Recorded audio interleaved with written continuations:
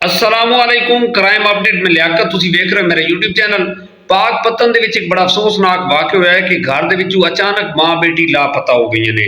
School ਛੁੱਟੀ ਤੋਂ ਬਾਅਦ ਜਦੋਂ ਬੇਟਾ ਵਾਪਸ ਆਇਆ ਹੈ ਤੇ ਉਹਨੇ ਦੇਖਿਆ ਕਿ ਮਾਂ ਔਰ ਬੇਟੀ दोनों घर ਦੇ ਵਿੱਚ ਮੌਜੂਦ ਨਹੀਂ ਹਨ। ਉਹਨੇ ਉਰੂ ਪਰੂ ਬੜਾ ਤਲਾਸ਼ ਕੀਤਾ, 15 ਤੇ ਕਾਲ ਕੀਤੀ। ਜਦੋਂ ਪੁਲਿਸ ਨੇ ਤਹਿਕੀਕਾਤ ਕੀਤੀ ਤਾਂ ਬੜਾ ਇੱਕ ਖੌਫਨਾਕ ਮੰਜ਼ਰ ਸਾਹਮਣੇ ਆਇਆ। मां नूं तो पुलिस ने बाजियाब कराया लिया, लेकिन जिहड़ी बेटी आई उसनूं सफाक ने मौत के घाट उतार दिता गया सी और मौत बड़ी दर्दनाक मौत हुई सी उस बेटी दी। और इस मां बेटी का की कसूर है सी जो इतनी बड़ी इन्हां नूं सज़ा दी गई सी। और इन्हां दे जिहड़े कसूरवार है सी वो कोई दूर दे नहीं सी, इन्हां दे अपने रिश्तेदार, करीबी रिश्तेदार है सी। मुकम्मल तफसील दे नाल तुहाडे नाल डिस्कस करांगे। इस तो पहले साडे इस चैनल सबसक्राइब करो, बैल आइकन बटन नूं प्रेस करो, तो कमेंट दे विच राय लाजमी देना। वाक़या जिहड़ा होए पाकपतन एक कबूला पिंड है, ये वाक़या उत्थों दा है।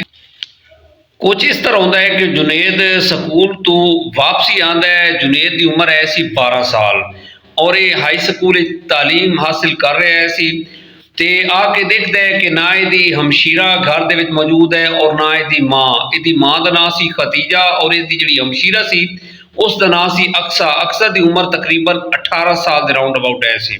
जुनेद घर दे विच देखता है कि वो घर मौजूद नहीं है। उन्हें उरे परे देखना शुरू कर दिता। अड़ोस पड़ोस पूछा कि मेरी वालदा इधर नहीं आईया, मेरी हमशीरत नहीं इधर आई। ते फिर वो गए अपने मामू के घर। उसका मामू जिहड़ा रहिंदा सी उसके बिल्कुल करीब है सी, तीसरी चौथी गली दे विच रह रहा सी। उन्हें उत्थे जाके मामू नूं दस्सिया जुनेद ने कि मेरी वालदा और हमशीरा घर दे विच मौजूद नहीं हैं, अगे आउंदियां या मैं फिर वो किधरे जावे ना मैनूं दस के जांदियां। मामू के घर वाले वो भी नाल उन्होंने फोन किया अपनी वालदा के नंबर ते, फिर उन्हें अक्सर के नंबर ते कॉल की। दोनों नंबर जिहड़े सी वो बंद जा रहे सी। और फिर जाके इन्होंने 15 ते कॉल की। पुलिस स्टेशन FIR नामालूम के खिलाफ कटवाई और पुलिस ने जिहड़ी ना तहकीकात शुरू कर दी। SHO साहब ने इस जुनेद जिसकी उम्र 12 साल है सी इसके कोलों पूछा है इसके रिश्तेदारों के बारे सारा कुछ, अक्सर की शादी हुई या नहीं हुई।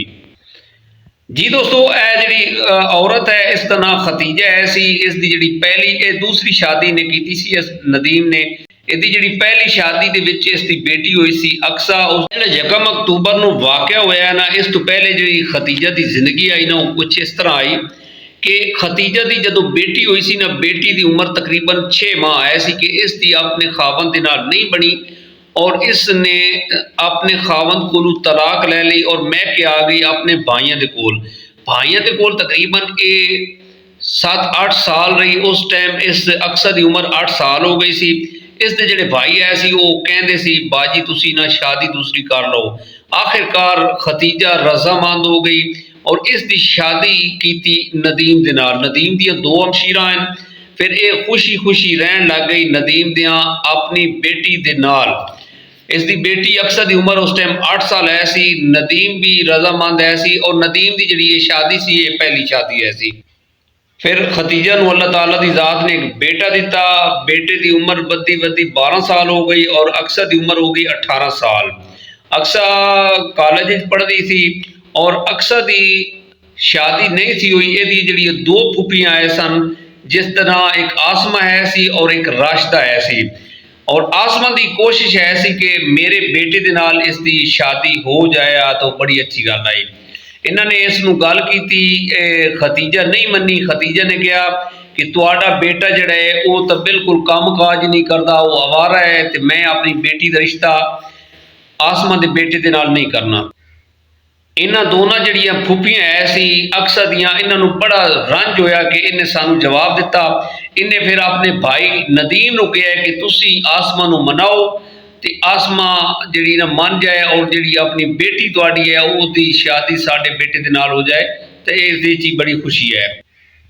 नदीम ने अपनी हमशीरा आसमा नूं कहा ठीक है मैं कोशिश करना, देखना अगर खतीजा मान गई तो ठीक है, नहीं तो नाराज ना होना। उन्हें खतीजा नूं दोबारा गल की। खतीजा जिहड़ी इस गल ते एग्री नहीं हुई। उन्हें कहा जी मैं इस जिहड़ा आसमा दा बेटा है ये बिल्कुल आवारा है, मैं अपनी बेटी का रिश्ता ये नहीं करना।